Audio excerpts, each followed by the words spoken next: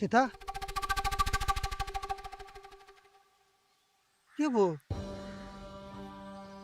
किन त त्यहाँबाट अचानक हिँडे कि सब ठिक त छ मलाई कस्तो गाह्रो भएको जस्तो भयो त्यही भएर निस्केर यहाँ आएको के भयो र अनि त्यसरी भन्दैन भने हिँड्ने हो त बिचरा हरिदाई मेरो कारणले रिसाएर गएकी हो कि क्या हो भन्दै हुनुहुन्थ्यो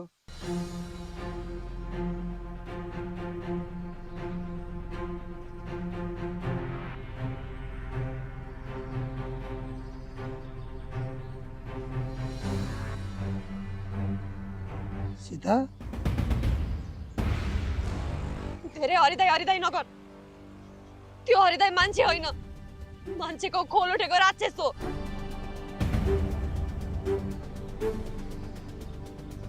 जसलाई हामीले भगवान भन्न ठानेको थियौँ नि त्यो एक नम्बरको दुष्ट राक्षस निस्क्यो यो त के भन्दैछस् कसरी हरिदाईको बारेमा जे पाए भन्न सकिराखी छस् तेरो हरिदाईले मलाई के गरे थाहा छ तेरो हरिदाईले तेरो साथीको इज्जतमाथि हात हाल्न खोज्यो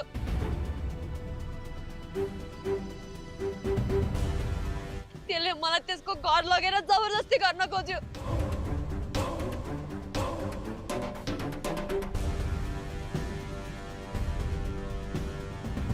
त्यतिखेर मलाई तँलाई भन्ने आँटे आएन के गर्ने के नगर्ने मैले केही सोच्नै सकिनँ रमेश यो हरि राम्रो मान्छे होइन यसले सहयोगको बहानामा एउटी नारीको अस्मितामाथि खेल्ने काम गर्छ मौकाको फाइदा उठाएर छोरी मान्छेको इज्जतमाथि हात हाल्छ नचाहिने कुरा नगर यदि हरिदाईले तेरो इज्जतमाथि हात हाल्न खोज्नु भएको थियो भने त्यतिखेर नै तैँले मलाई किन भनिनस् किन हरिदाईको पैसा चुपचाप तिरेर अस्पतालबाट निस्किस् झुट बोल्दैछ सीता अनुको बाबाले हाम्रो लागि घर किनिदिन लाग्नुभयो भनेर हामीसँग जल्दैछस्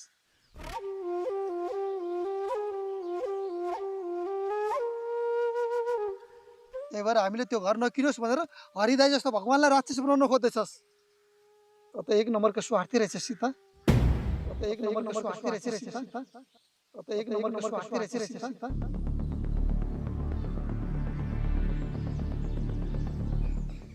सीता के भयो अघिदेखि टोलाइराख्नु भएको छ सब ठिक त छ नि तँलाई के भयो भन् त किन त त्यहाँबाट एक्कासी हिँडे कि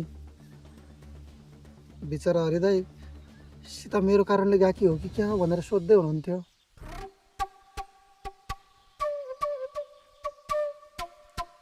तिमीलाई सहयोग गर्नुभएको भाइ हुनुहुँदो रहेछ झन् चिनेकै मान्छे घर किन्नु भयो त्यो त राम्रो हो त तपाईँलाई केही समस्या भएको हो र अनि किन अचानक त्यहाँबाट निस्केर आएकी त अघि कस्तो गाह्रो भएको थियो अहिले ठिक छु साँच्ची हो नि त्यसो भए जाउँ हामीलाई त्यो घरदेखि भाइ कुरेर बसिरहनु भएको छ हामी तिमीलाई लिएर आउँछौँ भनेर आएका थियौँ हिँड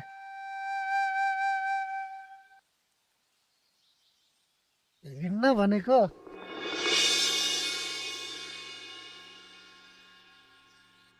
यो टिक लगाएको त कति छ मलाई यसको 42 फिट छ त अनि अगाडि बाटो बाटो त यसको 21 फिट हो ठिक छ कता फर्किया छ जग्गा यो उत्तर पूर्व